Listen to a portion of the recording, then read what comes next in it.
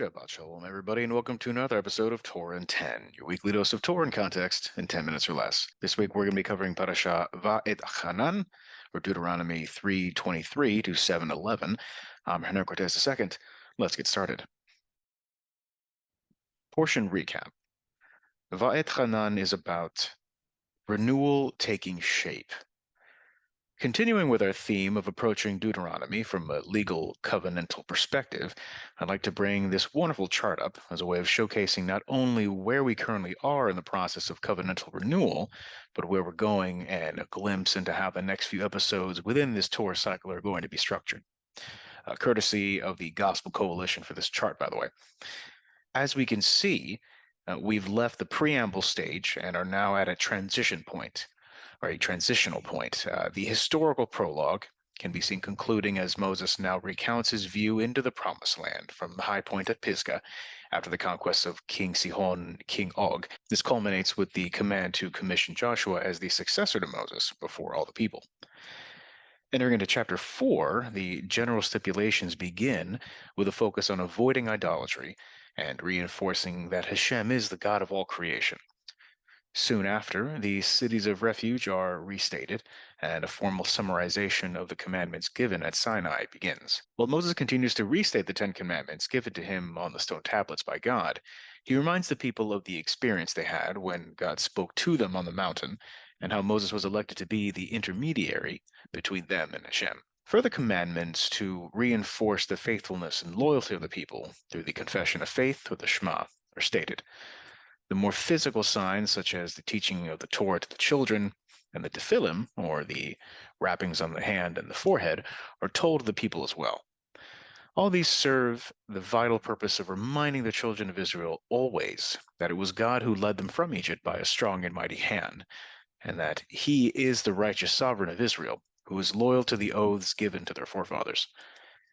These same principles reverberate even today as we maintain these commandments and stipulations to remember that we too were led from Egypt, perhaps not literal slavery, but indeed mental and spiritual oppression.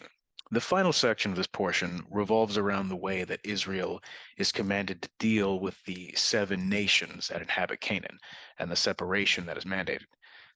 The question should always be why? Why is so much focus put into the destruction of their altars, their Asherah poles, their sacred stones? The commandments given to Israel clearly stating how harshly these tribes are to be treated should be a clear message of the deplorable nature of their worship.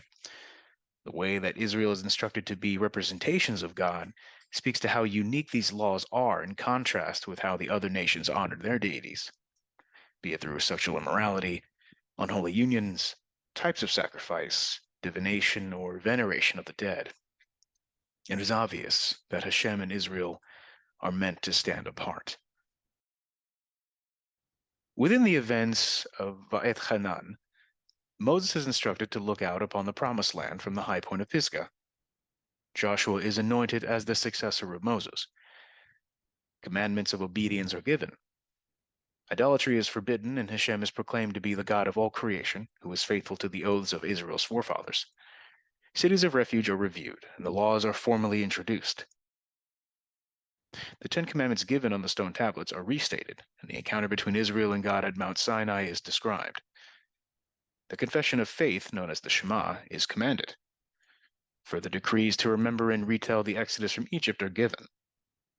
Israel is commanded to destroy and displace the 7 other nations inhabiting Canaan.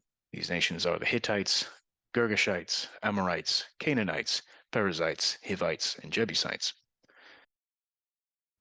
The laws within Va'et Hanan.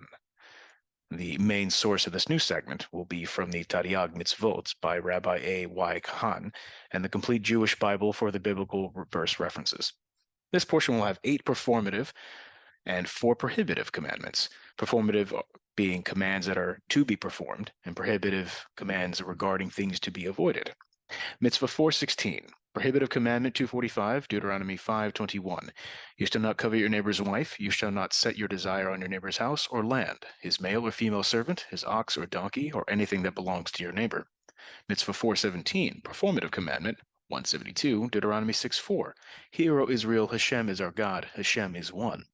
Mitzvah 418, a performative commandment. 173, Deuteronomy 6:5.